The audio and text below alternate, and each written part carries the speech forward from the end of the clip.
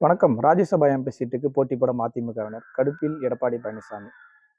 கடந்த முறை வந்து ஓ பன்னீர்செல்வம் அவர்கள் கட்சியிலிருந்து நீக்கப்பட்டதுக்கு இன்னைக்கு அதிமுகவில் இப்படி ஒரு பிரிவு வர்றதுக்கெல்லாம் காரணம் ஜெயக்குமாருக்கு ஒரு ராஜ்யசபா எம்பி சீட்டு கொடுக்கல அப்படின்றது தான் பிரதான காரணமாக இருந்ததுன்ட்டு அதிமுகவில் இருக்கிற பல பேருக்கு தெரியும்.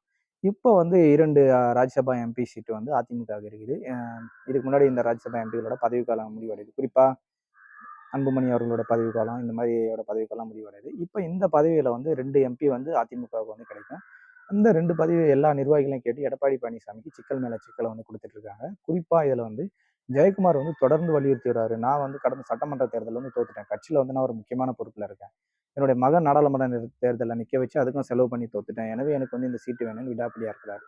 இன்னொரு புறம் வந்து கோகுலேந்திரா வந்து எனக்கு வந்து சீட்டு வேணும் அப்படின்னு ஒரு வாரத்துக்கு முன்னாடி நடந்த ஒரு ஆலோசனை கூட்டத்துல வந்து பொதுவெளியில வந்து எனக்கு மரியாதையே இல்லை கட்சியில அப்படின்னு பேசியிருந்தாங்க. அதுவும் வந்து பேசுபொருளா இருந்தது. அது போக வந்து கூட்டணி கட்சியில இருக்கக்கூடிய பிரேமலதா வந்து தேர்தல் ஒப்பந்தத்தின் போதே வந்து எனக்கு ஒரு ராஜ்யசபா சீட்டு தரணும் அப்படின்னு எழுதி கொடுத்தீங்க. அது வேணும்னு கடுமையான நெருக்கடி கொடுத்துட்டு வராங்க.